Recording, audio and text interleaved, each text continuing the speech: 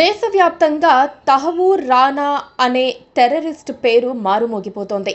దీనికి కారణం ఆయనను అమెరికా నుంచి భారత్కు అనేక ఏళ్ల పాటు పోరాటం చేసి తీసుకురావటమే.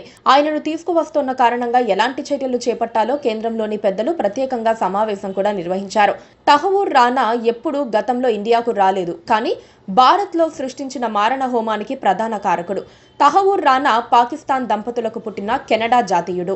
భారత్ను వణికించిన ముంబై ఉగ్రదాడుల వెనుక తహవూర్ రానా కీలక పాత్రధారి.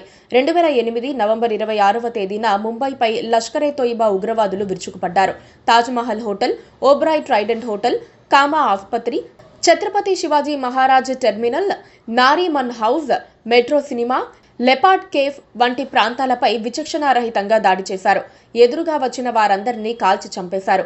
AK-47 రైఫిళ్లు, RDX, EID, గ్రెనేడ్లు ఇలా మారణాయుధాలతో నరమేధాన్ని సృష్టించారు. బాంబింగ్, మాస్ షూటింగ్కు పాల్పడ్డారు. ఉగ్రవాదులు జరిపిన దాడులు ప్రపంచాన్ని దిగ్భ్రాంతికి గురిచేశాయి. ఈ దాడుల్లో 166 మంది మరణించారు. ముంబై దాడుల mastermind David Coleman Headley. ఉగ్రదాడుల కోసం హెడ్లీకి పూర్తి స్థాయిలో ఆర్థిక సాయం చేసిన వ్యక్తి తహవూర్ హుస్సేన్ రానా. ఈ విషయాన్ని సాక్ష్యాలతో సహా భారత దర్యాప్తు సంస్థలు గుర్తించాయి. పాకిస్తాన్ నిఘా సంస్థ ISI, లష్కరే తోయిబాతో ప్రత్యక్ష సంబంధాలు ఉన్నాయి. ముంబై దాడుల కేసుల్లో పోలీసులు రూపొందించిన 405 పేజీల ఛార్జ్ షీట్లోనూ తహవూర్ రానా పేరుంది. మారణాయుధాలను కొనుగోలు చేయటానికి, వాటిని చేరవేయడానికి పూర్తి సహకారాన్ని ఇచ్చాడు. రానా ఆర్థిక సాయం చేయటం మాత్రమే కాదు, మొత్తం ఉగ్రదాడులకు బ్లూ ప్రింట్ కూడా రెడీ చేసినట్లుగా అభియోగాలున్నాయి. ముంబై ఉగ్రదాడుల కేసులో టెర్రరిస్టు తహవూర్ రానాను భారత కోర్టులు దోషిగా తేల్చాయి, కానీ శిక్ష ఖరారు చేయలేదు. ముంబై దాడులు జరిగిన కొన్ని నెలలకు చికాగో అధికారులు టెర్రరిస్టు తహవూర్ రానాను అదుపులోకి తీసుకున్నారు. అతనిపై అమెరికాలో తప్పుడు పాస్పోర్ట్, వీసా కేసులు, ఇతర నేరపూరిత కార్యకలాపాల్లో పాల్గొన్నట్లుగా కేసులున్నాయి. 2013లో అతనికి 14 సంవత్సరాల జైలు శిక్ష విధించారు.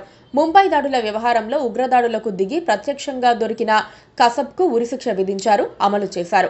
తహవూర్ రానా అమెరికాలో తలదాచుకుంటూ ఉండటంతో ముంబై దాడుల్లో దోషిగా తేలిన అత్యంత ప్రమాదకర వ్యక్తిని భారత్కు అప్పగించాలని చాలా కాలంగా మన దేశం డిమాండ్ చేస్తూ వస్తోంది. భారత ప్రభుత్వం ఫెడరల్ కోర్టును గతంలోనే ఆశ్రయించింది, కానీ గతంలో కోర్టు భారత్ అభ్యర్థనను తోసిపుచ్చింది. ఇటీవల ప్రధాని మోదీ అమెరికా పర్యటనకు రాగానే ట్రంప్ భారత్కు అనుకూల నిర్ణయాన్ని తీసుకున్నారు. దీన్ని సవాల్ చేస్తూ అతను అమెరికా అత్యున్నత న్యాయస్థానాన్ని ఆశ్రయించాడు. రానా చట్టవిరుద్ధంగా తనను రప్పించడానికి భారత్ ప్రయత్నాలు సాగిస్తోందంటూ పిటిషన్ దాఖలు చేశాడు. దాన్ని కూడా కోర్టు తోసిపుచ్చింది. దాంతో ఇండియాకు తీసుకువస్తున్నారు. ఆయనకు విధించబోయే శిక్ష ఏమిటి అన్నది ఇప్పుడు ఆసక్తికరం. Please subscribe to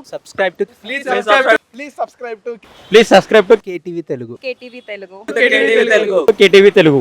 KTV Telugu channel.